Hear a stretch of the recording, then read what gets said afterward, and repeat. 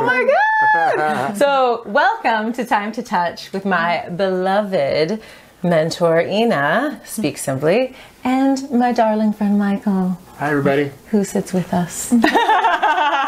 She has an actual given name. He does not. But, oh my gosh. So before we get started in today's topic, I just have to share how funny it is that we do this little like clap, you know, to get us in sync, know when we have to start, and we would never do like synchronized anything. We're the worst clappers. The absolute worst clappers. But anyway, to our subject. So today's topic is how to be self-aware when dating. Self-awareness. So before we go into a relationship, the self-awareness that I speak of is like, where are you? How are you? Like knowing what you need, just like knowing yourself, like, and being comfortable in yourself. So like self-aware when dating, why do we start to date?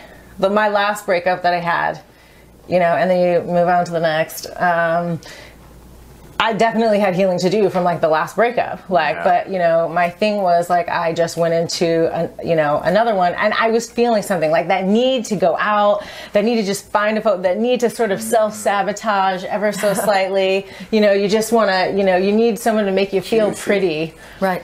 You need someone to make you feel wanted. You need somebody to just be new and different and all of the things, you know? And so, but sometimes like mentally, like we were in a relationship and like, so when we start dating, like we're not dating because we're ready for the new relationship. We're dating because we are, looking for validation, or like, my last one told me I needed to go to the gym a little more.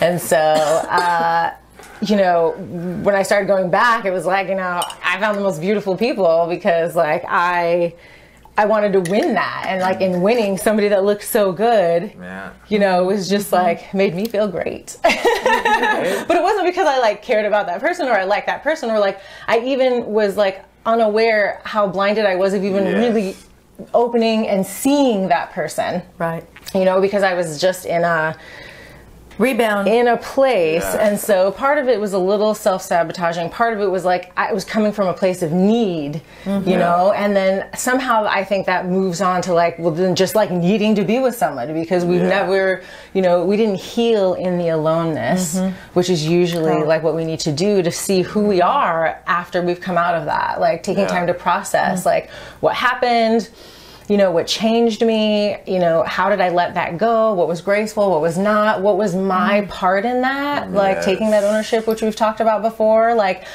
no matter, what happens, like just knowing what your part was is so huge. Like, I mean, and I think when you know those things about yourself, when you move in, like you're actually really ready to be present and like grow and like do something with someone. But like, so I'd like to add to that something we brought up, and that is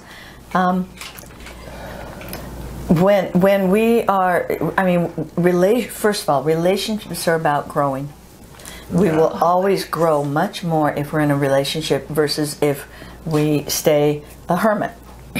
And so we are creatures that are social. That's why the social is very important. And there was a question which was, after you break up, is it okay to ask the partner, can you, was it something I did? Can you give me some reflections? And there's a way to do that, a very kind of sacred, in a respectful way, where sometimes, after a divorce, 6 months later, we got back together, and we gave each other a gift. We gifted, it was, a physical gift we bought. And we said, please share with me, now that we've had time apart, what did you learn? And what mistakes do you want to own? And what mistakes do I want to own? And can we give each other feedback? So every relationship I've ended, there has always been a respectful, let's grow by this. What can we learn? Did we just outgrow each other? Was it something, like you became psychotic and I feared for my life,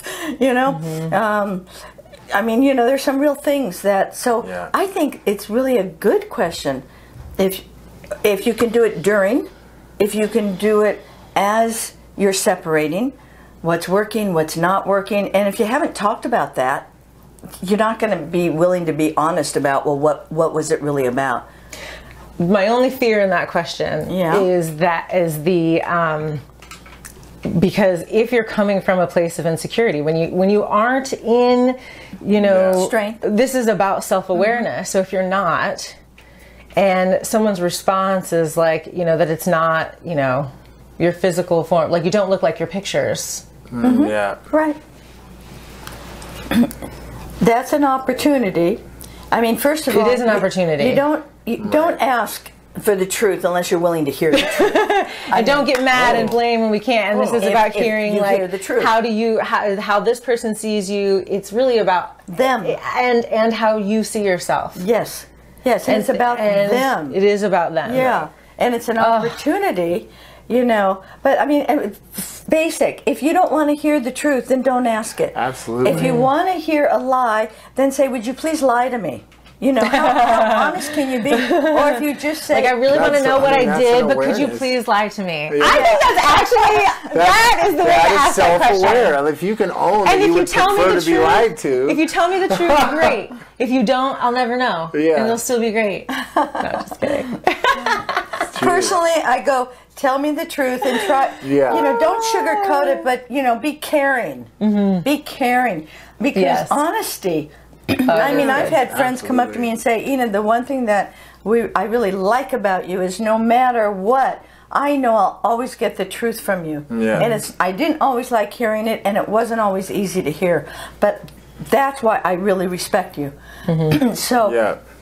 And look at what we're dealing with. I mean, we need to learn how to speak the truth with ourselves and with our friends and with other people. And... so why am I dating? I mean, I'm not dating anymore, but it's still everything you spoke about, dating, and it was because he asked me out. Yeah. Yeah. And I like being asked out. Yeah. It made me feel like, it made me feel special. It made me feel special. Made me feel wanted. Made me feel desired. It's. I think the biggest. So self-awareness. I love this piece because it's like when I finally got for myself that I was creating the world around me, I became self-aware. Like, it's not that this person, didn't do something that warranted an upset. It's that I created the upset around it.